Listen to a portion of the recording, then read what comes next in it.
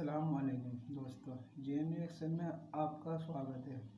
آئیے ہم ویڈیو شروع کرتے ہیں کہ بیت المقدس یعنی مسجد اقصی کی تعمیر کس نے کی اور کون سے نبی نے کروائی اور کن سے کروائی۔ آئیے اس ویڈیو میں ہم بتاتے ہیں، آخر میں لائک اور سبسکرائب کرنا نہ بھولیں۔ دوستو اس ویڈیو میں مسجد الاقصی کو جنات نے کیسے بنایا اس کی پوری ہسٹری آپ کو بتائیں گے۔ گزارش ہے کہ اس ویڈیو کو اینڈ تک ضرور دیکھیے گا۔ مسجد الاقصی مسلمانوں کے 3 مقدس مقامات میں سے ایک ہے، جس کی طرف رخ کر کے حضور صلی اللہ علیہ وسلم اور آپ کے صحابہ نے تقریباً 1.5 سالوں تک نماز ادا کی۔ معراج کا واقعہ اس بات کی دلیل ہے کہ مسجد الاقصی کتنی خاص ہے۔ یہ علاقہ پیغمبروں کی سرزمین رہا ہے، جہاں بے شمار نبی بھیجے گئے۔ قرآن پاک میں اللہ ارشاد فرماتا ہے، پاک ہے وہ ذات جو لے گئی ایک رات اپنے بندے کو مسجد الحرام سے مسجد الاقصی تک، کہ جس کے ارد گرد ہم نے برکت رکھ دی ہے۔ دوستو ان آیات میں جس بابرکت زمین کا ذکر ہے وہ بیت المقدس اور اس کے آس پاس کے علاقے ہیں۔ حدیث پاک میں حضور صلی اللہ علیہ وسلم نے مسجد الاقصی کی فضیلت بیان کی ہے۔ آپ سے پوچھا گیا، اے اللہ کے رسول، اس روئے زمین پر سب سے پہلی کون سی مسجد تعمیر کی گئی؟ آپ نے فرمایا مسجد الحرام۔ انہوں نے پھر پوچھا، اس کے بعد کون سی مسجد تعمیر کی گئی؟ آپ نے فرمایا مسجد الاقصی۔ حضرت ابو ذر غفاری رضی اللہ تعالیٰ عنہ نے کہا، ان دونوں کی تعمیر کے درمیان کل کتنا وقفہ ہے؟ آپ صلی اللہ علیہ وسلم نے جواب دیا، 40 سال۔ محترم دوستو، روایتوں کے مطابق اللہ تعالیٰ نے جبریل علیہ السلام کو خاص طور سے حضرت آدم علیہ السلام کی طرف بھیجا اور حکم دیا کہ مسجد الحرام اور مسجد الاقصی کی تعمیر کرو۔ ابن حشام نے اپنی کتاب میں لکھا ہے کہ جب بنی اسرائیل فلسطین میں مضبوط ہوئے اور ان کی ریاست قائم ہوئی تو حضرت داؤد علیہ السلام نے بیت المقدس کی دوبارہ بنیاد رکھی۔ پھر ان کے جانشین فرزند حضرت سلیمان علیہ السلام نے مسجد الاقصی کی مکمل تعمیر فرمائی۔ کئی تاریخی روایتوں سے یہ پتہ چلتا ہے کہ مسجد الاقصی کو کئی مرحلوں میں بار بار تعمیر کیا گیا ہے، جس کی تصدیق کئی پیغمبروں نے کی، لیکن مسجد الاقصی کی مکمل تعمیر حضرت سلیمان علیہ السلام کے دور میں ہوئی، جس کی تائید نہ صرف اسلامی بلکہ اسرائیلی روایتوں میں بھی ملتی ہے۔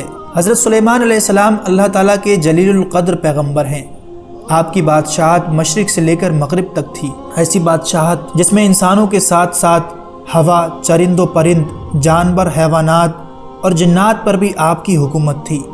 جنات آپ علیہ السلام کے تابع اور فرما بردار تھے، جن سے حضرت سلیمان علیہ السلام بڑے بڑے کام اور محل تعمیر کرواتے۔ لہٰذا مسجد الاقصی کے تعمیری کام میں حضرت سلیمان علیہ السلام نے جناتوں کو بھی لگایا۔ لہٰذا مسجد الاقصی کے تعمیری کام میں حضرت سلیمان علیہ السلام نے جناتوں کو بھی لگایا۔ اس مسجد کی تعمیر آپ کے بادشاہ بننے کے بعد ہی شروع ہو گئی اور تقریباً 40 سالوں میں مسجد کی تعمیر مکمل کی گئی۔ جہاں پر اس مسجد کی تعمیر ہو رہی تھی وہاں پر حضرت سلیمان علیہ السلام نے ایک شیشے کا حجرہ بنوایا تھا، جس میں آپ عبادت کیا کرتے تھے۔